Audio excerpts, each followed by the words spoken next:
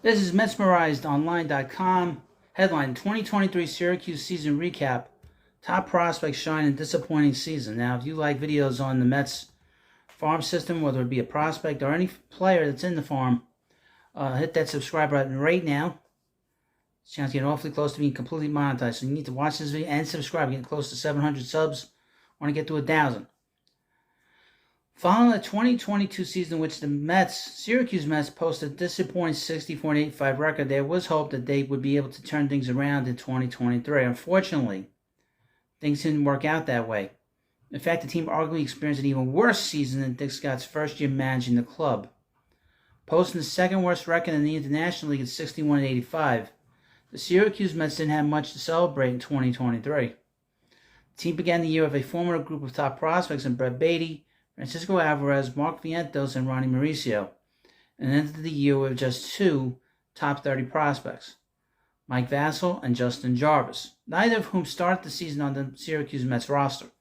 That roster transformation, along with Syracuse becoming a home for older guys unable to attain roles on big league clubs, might explain why it was another disappointing year for the AAA team. Syracuse finished the first half of the season with a 33-41 record. The sub-500 record was mostly a result of poor pitching, with the offense finishing the first half with above-average 5.6 runs per game. Over the second half of the season, though, the offense worsened and the already poor pitching did too. That led to a 28-44 second-half record and a 61-85 record overall.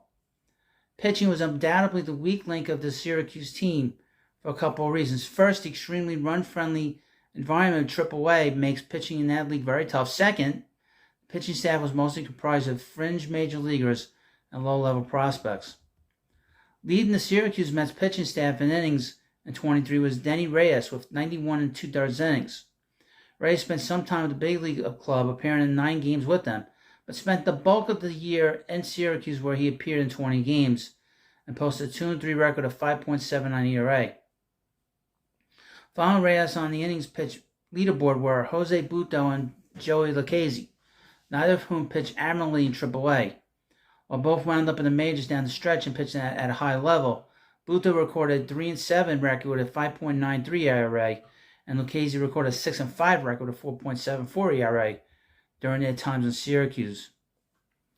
The most exciting pitcher on the staff was Mike Vassell, a midseason call-up who is currently number 10 prospect in the organization, while his 4-4 record and 5.30 ERA in 16 starts doesn't appear great at first glance.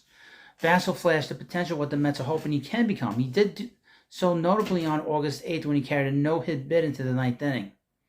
He also pitched much better down the stretch for Syracuse than he did when he was first called up, with a 7.04 ERA and 9.73 OPS against in his first 8 starts, dropping to a 4.04 ERA and a 5.75 OPS against in his final 8 starts.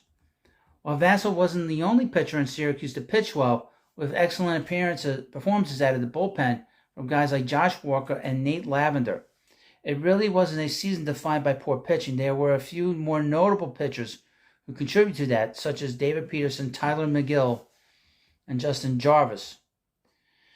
Peterson was demoted to AAA following a stretch of poor starts at the major league level. Peterson didn't experience much more success at Syracuse, as he finished with a 1-2 record and a 4.86 ERA over 7 starts with the team before becoming a fixture in the big league rotation down the stretch and pitching well.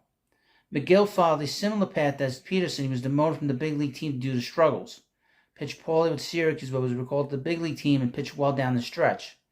In Syracuse, he started 6 games and went 0-3 with an 8.67 ERA. Jarvis was an interesting mid-season acquisition coming over from the Brewers in the Marcana trade.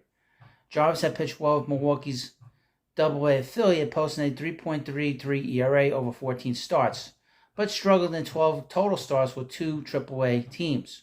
With Syracuse, he started 9 games and went 0-5 with an 8.04 ERA. Jarvis currently ranks as the number 16 Mets best prospect. Offensively, Syracuse received massive contributions from a number of players. Most notably was Ronnie Mauricio, who led the team in nearly every statistical category. Game after game, Mauricio flashed a power speed that made him a top prospect in the organization, finishing his time in Syracuse with 23 homers and 24 stolen bases over 116 games. His final OPS in AAA of 852 was dragged down by a mid-season slump that doesn't capture the fact that he finished 3 months with an OPS of over 900. Mark Vientos was the next biggest contributor in Syracuse despite playing little over half the games that Mauricio played in. In those 61 games, though, Vientos shined by posting a slash line of .306 with a .999 OPS while recording 16 home runs and 21 doubles. Brett Beatty was another top prospect who began the year in Syracuse and recorded more time with the team after struggling mightily at the big league level. Anytime he was with Syracuse, however, Beatty was one of the best players on the field. He played in just 26 games with the team, but posted a slash line of .298 with .625 slugging percentage, .1013 OPS with 10 home runs and just 104 at-bats. One of the best seasons by a non-prospect at the plate was by DJ Stewart, who became somewhat of a sensation with the big league club late in the year. While in Syracuse, accumulated 16 homers, which tied Vientos for second on the team behind Mauricio. He also posted a .516 slugging percentage during his 51 games in AAA. Outside of those performances, Syracuse received middling contributions from a number of fringe major leaguers. Among them were Danny Mendick, Tomas Nido, Abraham Almonte, Jose Peraza, and Rafael Ortega. The team even received cameos from 2 former Yankees in Luke Voit and Gary Sanchez.